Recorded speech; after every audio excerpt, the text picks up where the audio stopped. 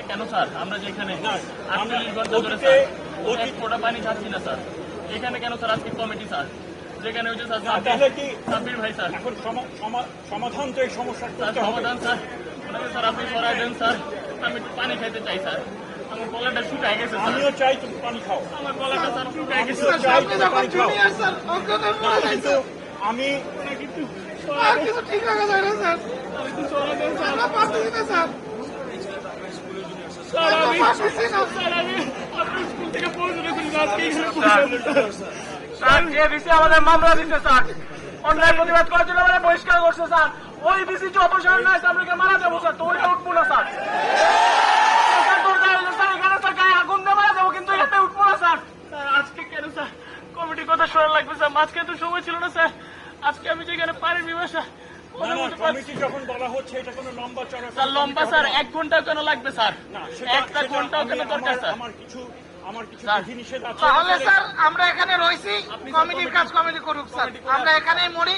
আমরা এখানে আছি স্যার। আমরা না ঠিক আছে, তোমাদের স্যার, আমি বুঝি। আরেকটা বিষয় হচ্ছে কালকে কিন্তু আমাদের এক জুনিয়র স্যার নামাজরত অবস্থায় পড়ে গেছে, তাহলে ওকে রেখে আমরা এখান থেকে কিভাবে উঠবো আপনি বলেন স্যার, যদি তদন্ত করতে হয় আমাদের লাশের উপর দিয়ে করতে হবে স্যার। ছেলেটা পড়ে গেছে স্যার, স্যার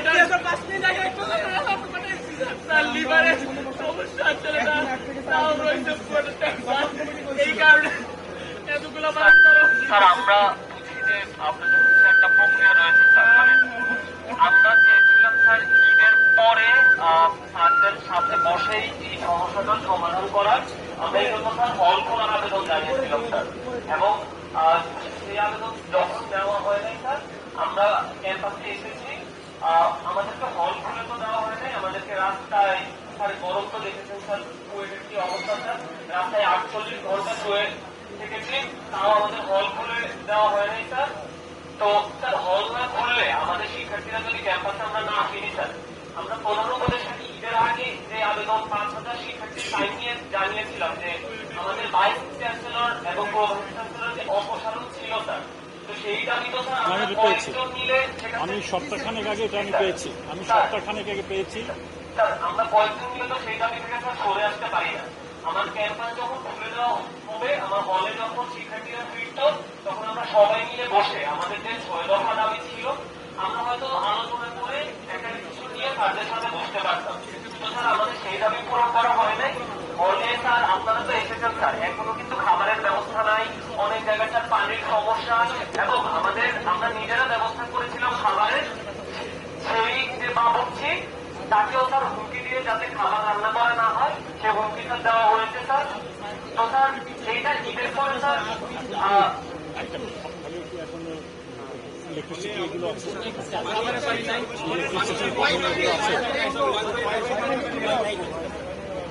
আমাদের যে কর্মচারীগুলো আছে স্যার, মানে হলে এদের কাউকে প্রবেশ করতে দেওয়া হচ্ছে না। স্যার ওয়াশরুমে যাওয়া যায় না স্যার, ওয়াশরুমে যাওয়া যায় না স্যার, অবস্থায় অবশ্যই অবশ্যই বলবো। এগুলো স্যার 14 তারিখ থেকে শুরু হয়েছে স্যার, আমরা কেন 6 দফা থেকে এই নীতির অপসারণই চাই স্যার, এই জন্য যে এই হলের ব্যাপারগুলো স্যার বললাম, এরপর স্যার ভোট করে আমাদের নামে মামলা দেওয়া হলো স্যার, এবং আমরা তো স্যার ইউনিভার্সিটির স্টুডেন্ট স্যার, আপনি স্যার একজন টিচার ছিলেন স্যার, মানে আমরা নিজেরাও এখানে অনেকে ঢাকা ভার্সিটিতে জানা যাবেন স্যার, এখানে এসেছি স্যার পড়াশোনা করতে, আমাদের নামে মামলা দেওয়া হলো একদমই স্বর্ণের চেইন চুরির মামলা স্যার। তারপর স্যার সেখানে আবার হত্যা চেষ্টার কথা বলা হলো স্যার, সেখানে আমাদের শিক্ষার্থীদের নাম উল্লেখ করা হলো, কিন্তু বিশ্ববিদ্যালয় প্রশাসন সন্ত্রাসীদের বিরুদ্ধে যে মামলা করেছে সে মামলায় আমরা চিহ্নিত করে দিয়েছিলাম স্যার যে আপনি স্যার নিজেও অনেক ভিডিও ফুটেজ দেখেছেন আমাদের উপর কিভাবে হামলা করা হয়েছে, অস্ত্র কিভাবে তারা ধরে রেখেছে, কিভাবে গুলি করা হয়েছে স্যার, তাদের একজনকেও স্যার আজকে 2 মাস পার হয়ে গিয়েছে স্যার, আমাকে স্যার দেখাচ্ছি একজন চিহ্নিত সন্ত্রাসীকে স্যার গ্রেফতার করা হয়েছে স্যার। আমরা স্যার কিভাবে ক্যাম্পাসের বাইরে যাবো স্যার, যে সন্ত্রাসী জানে সে গুলি করলেও এই ইন্টারিং তাকে হচ্ছে তার গা টুকুচ হয় না, সেই সেই সেই সন্ত্রাসী পরের দিন আমাকে গুলি করতে তার বাধা কিসের, কারণ তো সে ভয় পায় না, কারণ সরকার একজনকেও গ্রেফতার করে নাই। তো স্যার এই তারপরেও আমরা এই সব দাবিগুলো মেনেও স্যার আমরা আলোচনায় বসতে ইচ্ছুক ছিলাম স্যার। তারপর মামলা বহিষ্কার দেওয়া হলো আমাদের শিক্ষার্থীদেরকে আন্দোলনরত অবস্থায় স্যার, এরপর স্যার একজন বিএনপি নেতার পিছনে আমাদের শিক্ষকদেরকে দাঁড় করিয়ে দেওয়া হলো। আমাদের শিক্ষকরা আমাদের এত সম্মানিত, আমাদের এতজন প্রফেসরকে একজন বিএনপি নেতার পিছনে মাস্টারুলে নিয়োগ প্রাপ্ত উনি ছিলেন। এটা স্যার আমাদের হৃদয় খরণ করে যখন উনি আমাদের। এরপর স্যার আবার আরেকটা তদন্ত কমিটি গঠন করা হলো। 37 জনকে তো স্যার বহিষ্কার দেওয়া হলো। এরপর আরেকটা তদন্ত কমিটি গঠন করা হলো শিক্ষক সমিতি থেকে। তো আমাদের শিক্ষক সমিতি থেকে আমাদের উপর যে হামলা করা হয়েছে তার জন্য কোনো তদন্ত কমিটি হয় নাই। তারা আমাদের জন্য একটিবারের জন্য দাঁড়ান নাই স্যার।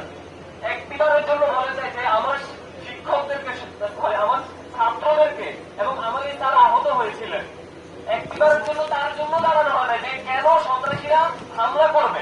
অথচ দাঁড়ানো হয়েছে যে আমরা আমাদের বিরুদ্ধে কেন আমরা এক দফা দাবি জানিয়েছি। তো স্যার এরপর স্যার আরেকটা তদন্ত কমিটি গঠন করা হলো, সেকেন্ড তদন্ত কমিটি। সেখানে সাইবার বুলিং এর মতো বিষয় নিয়ে আমাদের বিরুদ্ধে তদন্ত কমিটি করা হলো। এবং স্যার আমরা আসলে এই জায়গায় পৌঁছেছি স্যার, আমরা হতাশ। আমরা স্যার 2 মাস ধরে আন্দোলন করছি স্যার, আমরা ক্লান্ত স্যার। আমাদের স্যার জীবন দেওয়া ছাড়া আর কিছু স্যার দেওয়ার নাই স্যার। আপনি আপনার প্রক্রিয়া স্যার, অবশ্যই স্যার আপনারা প্রক্রিয়া চালায় যাবেন, কিন্তু স্যার আমরা উঠবো না। এই বিপির অপসারণ ছাড়া আমরা উঠবো না। আমরা চাই হসপিটালে যাবো, হসপিটাল থেকে আবার ফিরবো স্যার। হসপিটাল থেকে ফিরে বিপির অপসারণের জন্য এখানে স্যার বসে থাকবো। আপনারা প্রক্রিয়া চলমান রাখেন, আমাদের কয়জন হসপিটাল যাইতে পারে স্যার এটা দেখতে থাকেন। আমাদের সমস্যা নেই স্যার, আমরা এখানে বসে আছি। অপসারণ ছাড়া আমরা উঠছি না। জীবন দেওয়ার পর্যন্ত আমরা এখানে থাকবো স্যার। ধন্যবাদ। না, তোমার কাছ থেকে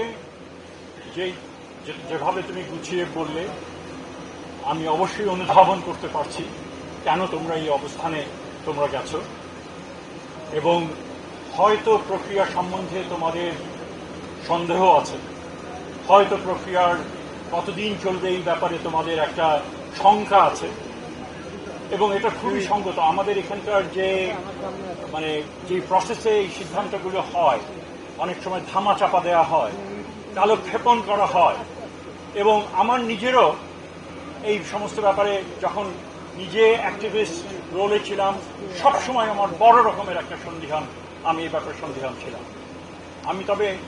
আমি বলছি না তোমার আমার কথার উপরে বিশ্বাস করে তোমাদের কি ভঙ্গ করো, তোমাদের যে অনশন ভঙ্গ করো, তবে আমি কথা দিতে পারি যে যেই প্রক্রিয়ার কথা বলছি সেই সনাতনী যেই প্রক্রিয়া, যেভাবে ছাত্রদেরকে বা অন্যান্য যারা সংক্ষুব্ধ যারা থাকেন তাদের সাথে মোটামুটিভাবে একটা প্রতারণার মতো যে কালক্ষেপণ করে জিনিসটা, সেই ধরনের এটা হবে না, এটা আমি নিশ্চিত করতে পারি। এটা দায়িত্ব যাদেরকে দেওয়া হয়েছে তাদের উপরে আমার আস্থা আছে যে এটা তারা করবে, এবং আমি মনে করি সকল অংশীদারের আস্থা আছে যে তারা আমি দ্রুত তাদেরকে একেবারে ক্লিয়ার ইনস্ট্রাকশন দিয়েছি। এই যে সমস্ত মামলা ইত্যাদি হয়েছে এগুলোর ব্যাপারেও তারা কোন প্রেক্ষিতে হয়েছে, কেন হয়েছে, এগুলো তোমাদের কাছ থেকেই তারা শুনবে। এবং তোমাদের যেটা একটা সবচেয়ে বড়, যেটা যদি যারা অপরাধ করেছে, ক্রিমিনাল অ্যাক্টিভিটিস যারা করেছে, এটা তাদেরকে যে ধরা হয়নি, এটাতে যে তোমরা সংক্ষুব্ধ, এটাতে আমিও তীব্রভাবে সংক্ষুব্ধ। এবং আমি ইমিডিয়েটলি লোকাল অ্যাডমিনিস্ট্রেশন এবং যারা আইন প্রয়োগকারী সংস্থা তাদের উপরে আমি ইমিডিয়েটলি তাদেরকে বলছি যে আপনারা অবশ্যই এই ব্যাপারে এই কোনো প্রশ্রয় দেওয়ার কোনো নাই, আপনারা তাদেরকে খুঁজে বের করুন এবং তাদেরকে আইনের আশ্রয়, আইনের মধ্যে তারা নিয়ে আসেন। দ্বিতীয়ত, আমি এখন ইউনিভার্সিটি অথরিটিসকে বলবো, আপনারা যেটা বললেন যে কর্মচারীদের ছুটি ছাড়া তাদের ঢুকতে দেওয়া হচ্ছে না, পানি ইত্যাদি ইত্যাদি সমস্যা যেগুলো আছে সেগুলো ইমিডিয়েটলি তারা যেন রেস্টোর করেন, এবং তারা যদি সেটা না করেন তাহলে তাদের সেই ব্যাপারেও কি করার সেটা আমি করবো। এই দুটো হচ্ছে আমার ইমিডিয়েট তোমাদের সঙ্গে মনে হয়েছে যে এটা করা দরকার। আর বাকি যে বিষয় যেগুলো রয়েছে এগুলো পুরো হচ্ছে এই তদন্ত ইসে, এবং আমি অ্যাসিওর করছি আমি ভীষণ, এবং যে কারণেই আমার আজকে আসা, যে কালকে ফোনে কথা হয়েছে, আমার মনে হয়েছে রাত 1টার দিকে আমার মনে হয়েছে যে না, পরিস্থিতি যেভাবে যাচ্ছে আমার ব্যক্তিগতভাবে এসে তোমাদের সাথে কথা বলা এবং তোমাদেরকে অ্যাসিওর করা যে এটা কোনো সনাতনী ওই ধরনের প্রক্রিয়া এখানে আমরা চালু করিনি, আমি চরমভাবে দায়িত্ব নিয়ে আমি বলছি অতি দ্রুত এমার্জেন্সি হিসাবে যাতে আর কারো কেউ যেন হসপিটালে যেতে না হয় সেটা হয় কালক্ষেপণ না করে তারা সিদ্ধান্ত দেবেন। এবং এখানে আমার মনে হয় আমার দিক থেকে আমি পরিষ্কার আমার সীমাবদ্ধতার মধ্যে আর একটা কথা জিনিস যে আমরা যদি একটা সিদ্ধান্ত নেই যেটা আইনের মধ্যে না নিয়ে থাকি, তোমাদেরকে হয়তো এই মুহূর্তে আমি খুশি করার জন্য নিলাম, পরবর্তীকালে যখন এটা কোর্টে গিয়ে যখন এটা চ্যালেঞ্জ হবে, কোর্ট যদি তখন ভিন্ন রায় দেয় তখন কিন্তু আমাদের কোনো অবস্থান থাকে। সে কারণেই এই যতটুকু মানে সময় নেওয়া দরকার ততটুকুর মধ্যেই আমরা এটা নিতে চেষ্টা করছি। আমি জানি যে তোমরা অনেকে যথেষ্ট অসুস্থ রয়েছ, তোমাদের তর সইছে না এবং সঙ্গত কারণেই সইছে না, আমি সেটাও জানি। আমি খুব খুশি হতাম যদি তোমরা বলতে যে আপনি এসে আমাদেরকে অ্যাসিওর করছেন আমরা আপনার আস্থা রেখে এক গ্লাস পানি দেন আমি খাবো, আপনারা তোমার সেটা তো করবে না, সেটা আমার ছিল সবচেয়ে বেশি কাঙ্ক্ষিত একটা অপশন।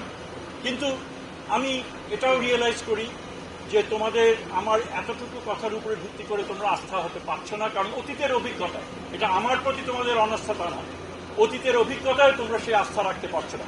আশা করি আমরা তোমাকে হতাশ করবো না এবং তোমরা যারা অসুস্থ হয়ে পড়ছো তোমরা অন্যরা, আমি খালি লাস্ট আমার কথা, তোমরা যারা খুব মানে খারাপ বোধ করছো, অন্যরা যারা মোটামুটি ভালো আছে তোমরা চালিয়ে যাও। আমার বিশেষ অনুনয় করে আমি করছি তোমরা একটু বিবেচনা করো বা তোমরা বোঝাতে সাহায্য করো যারা পড়ে যাচ্ছে তারা যেন একটু চিন্তা করে। এটা তোমাদের ডিসিশন, অ্যাবসলিউটলি তোমার।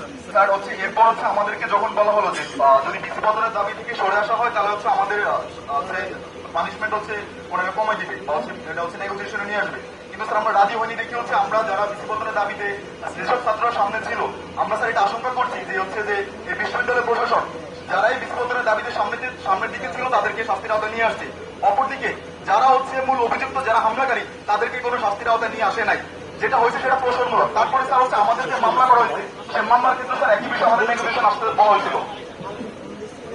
এবার সেই সাথে করি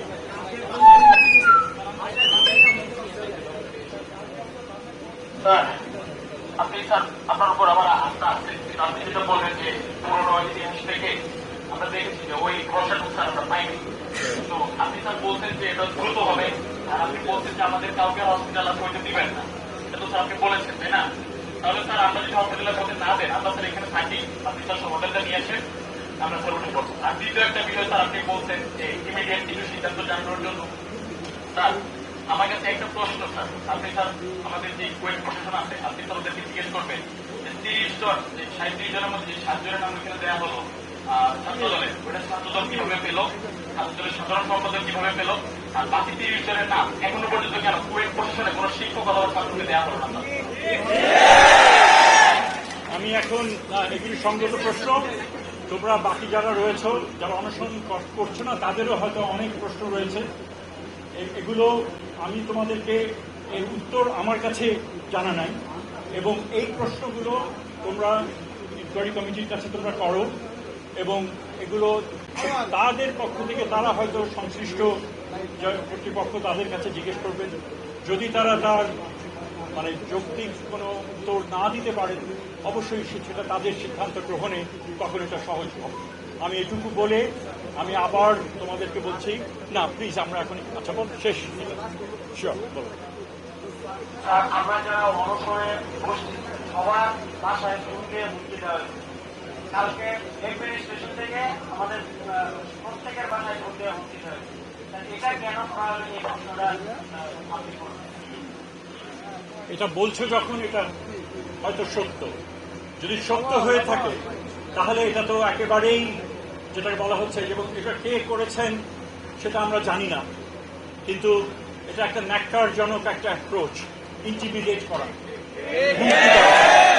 এবং অবশ্যই যদি সেই ফোন নাম্বারগুলি যদি থাকে যেখান থেকে কল এসছে প্লিজ রেকর্ড দেবো মানে ওই সময়টা করে give it to the law enforcement agency. এবং আমি স্পেশাল কেয়ার নিয়ে এই যে ব্যত্যয় ঘটেছে আইনের প্রচলিত আইনের যে চর্চার ক্ষেত্রে যাদের আইন সমুন্নত রাখার কথা তারা যদি না রেখে থাকে অবশ্যই এর জবাবদিহিতা তাদের করতে হবে, সেই অধিকার আমার আছে এবং আমি এটা সংশ্লিষ্ট কর্তৃপক্ষ এমনকি আমার সিনিয়র যারা আছেন অ্যাডমিনিস্ট্রেশনে তাদেরকে দিয়ে আমি তাদের উপরে অবশ্যই এর এক্সপ্লেনেশন আমি ডিমান্ড করব। আমার মনে হয় এখন আমি শেষ করি। আমার আবেদন থাকছে, আশা করি খুব দ্রুত আমরা সমাধান। এটা একেবারেই ফুল স্টপ।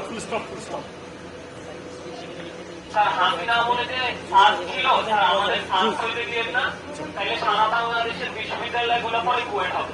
এটাই স্যার হাসিনা আমলে যে সাজ ছিল স্যার, আজকে এরকম একজনকে পাঠিয়ে অনশন ভাঙানো হয়েছে, পরে শিক্ষার্থীদের যেভাবে হেনস্থা করা হয়েছে স্যার, তা আমরা বলি স্যার আমাদেরকে স্যার সাজ করতে দিয়েন না, তাহলে সারা বাংলাদেশের বিশ্ববিদ্যালয়গুলো পরে কুয়েট হবে স্যার। একেবারেই যুক্তিসঙ্গত কথা বলেছে, এবং এখানে পার্থক্য হচ্ছে যে সেখানে সরকারের কোনো লোক ছিল না, সরকারের পৃষ্ঠপোষকতা নিয়ে একজন বুদ্ধিজীবী সেখানে ছিল। আর এখানে আমার সেই নৈতিক সাহস আছে বলেই আমাকে অনেকেই বলেছেন যাবা, আমি কেন যাবো না। গতকাল তারা আমার সঙ্গে ফোনে কথা বলেছে, আমি বলেছি আমার কোনো অসুবিধা হবে। এবং আমি তার এর মধ্যে একটা যে পার্থক্য আছে সেটা আমি মুখে দাবি করব না, আমার কাজের মধ্যে দিয়ে, এবং আমি আমার অ্যাডমিনিস্ট্রেশনের কাজের মধ্যে দিয়ে সেটা দেখবে। এবং আমি তাহলে চলি, তোমাদের সুস্থতা কামনা করি, এবং আমরা আশা করি আরো একটা সুন্দর পরিবেশে একটা আমরা